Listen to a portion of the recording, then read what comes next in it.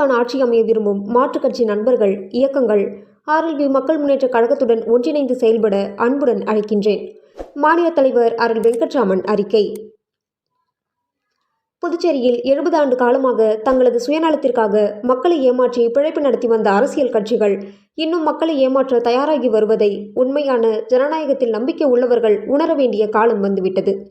புதுச்சேரியில் ஊழலற்ற, நேர்மையான, ஜனநாயக ரீதியான மக்களுக்கான ஒரு ஆட்சியை உருவாக்க நினைப்பவர்கள் ஆங்காங்கே பல அரசியல் கட்சிகளிலும் இயக்கங்களிலும் மனுக்குமுறலோடு பயணித்துக் கொண்டு பிரிந்து இருக்கிறார்கள்.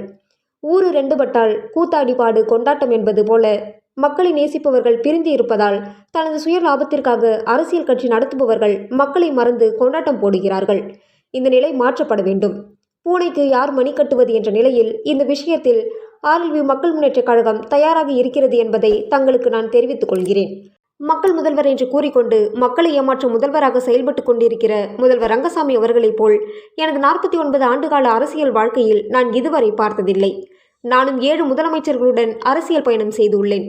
அனைவருமே தேர்தல் வந்தால் மாநில அந்தஸ்து விஷயத்தை கையில் எடுத்துக் கொள்வார்கள். தேர்தல் முடிந்ததும் அதை மறந்து விடுவார்கள்.